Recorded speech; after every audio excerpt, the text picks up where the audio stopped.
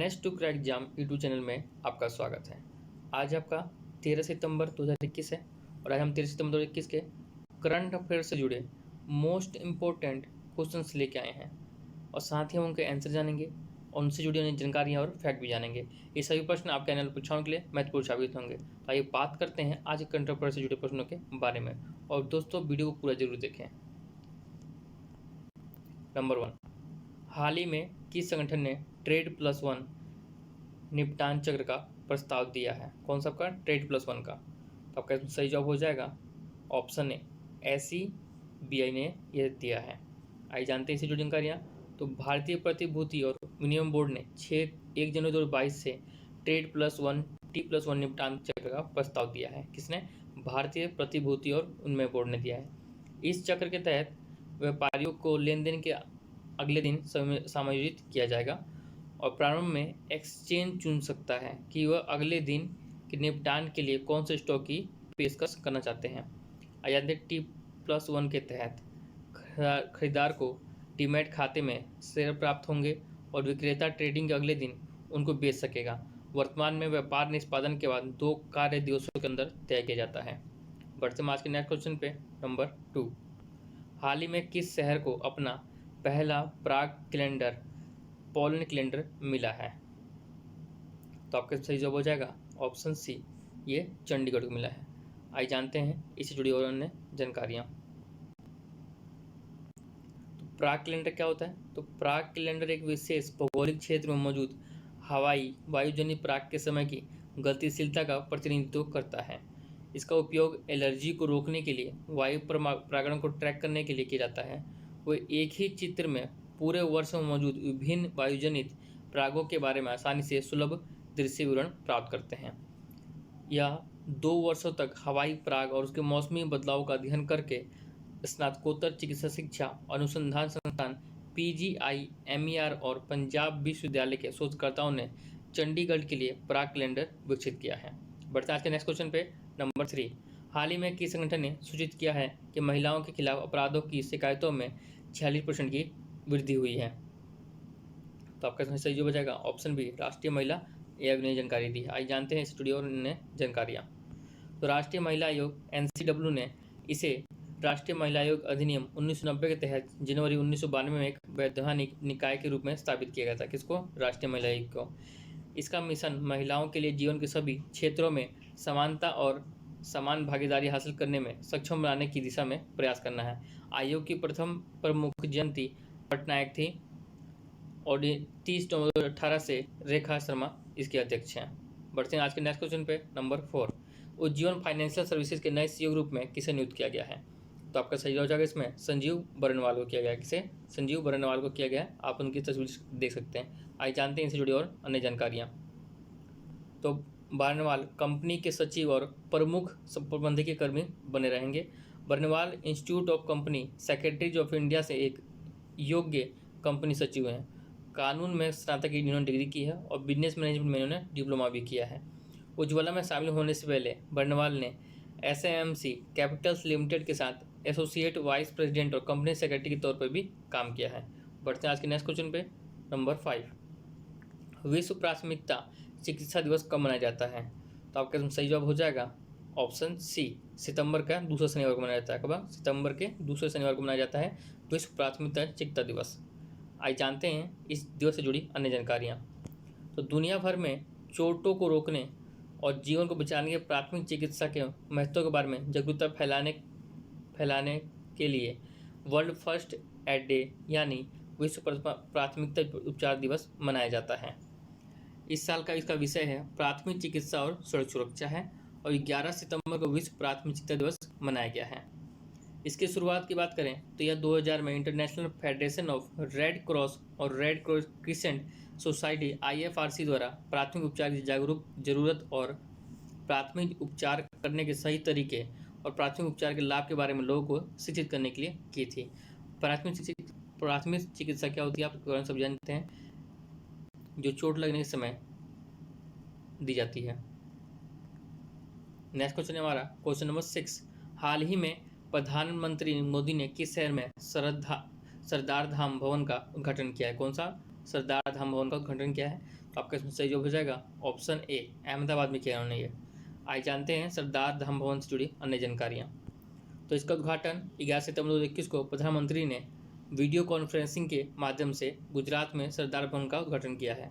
PM Modi ने सरदार धाम phase 2 कन्या छात्रालय girls hostel का भी भूमि पूजन किया है।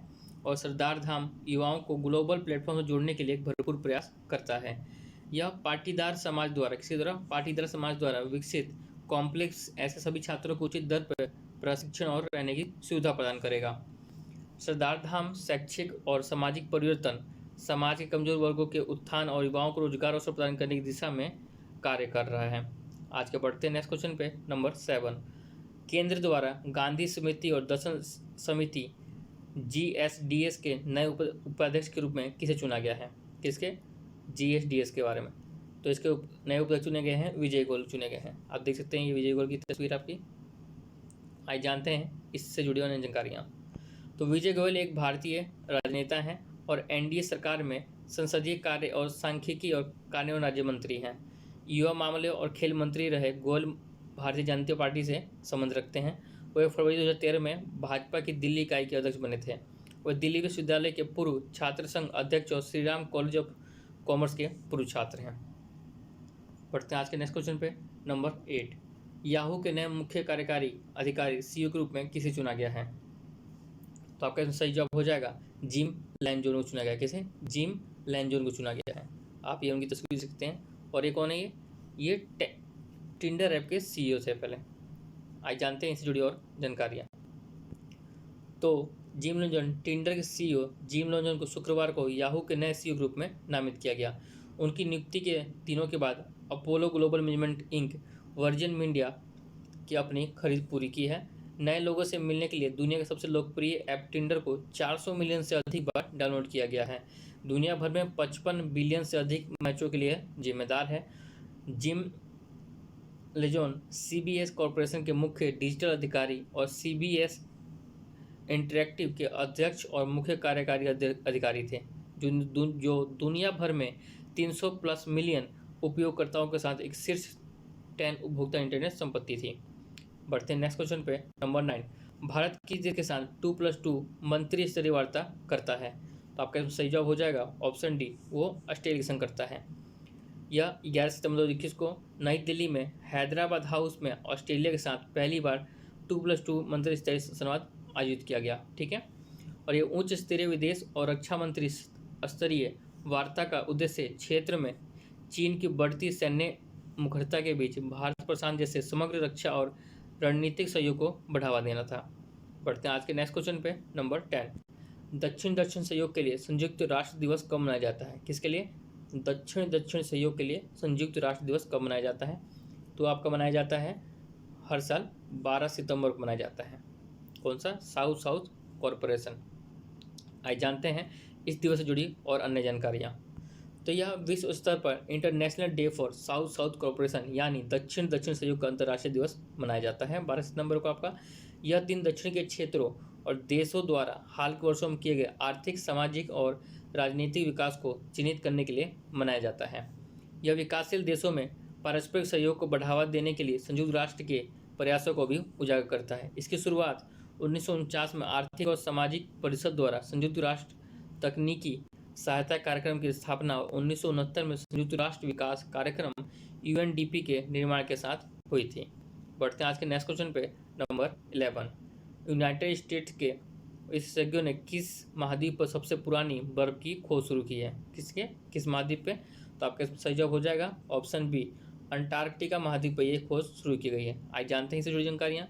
तो पृथ्वी की जलवायु प्रणाली के बारे में जानकारी लेने के उद्देश्य से यूनाइटेड स्टेट्स के विशेषज्ञों ने एक साथ लाने के लिए कोल्डेक्स की स्थापना की जाएगी।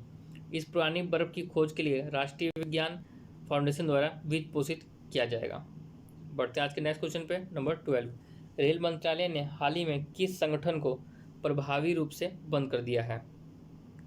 तो आपका सही जवाब हो जाएगा इसमें ऑप्शन ए, IROF को उन्होंने संगठन को प्रभावी रूप से बंद कर दिया। तो IROF क्या है? तो ये भारतीय रेल वैकल्पिक ईंधन संगठन है, को प्रभावी रूप से बंद कर दिया गया, जिसे आईरोएफ कहते हैं। यह एक उद्यम है जो परिवहन के लिए हरित ईंधन के क्षेत्र में काम करता है।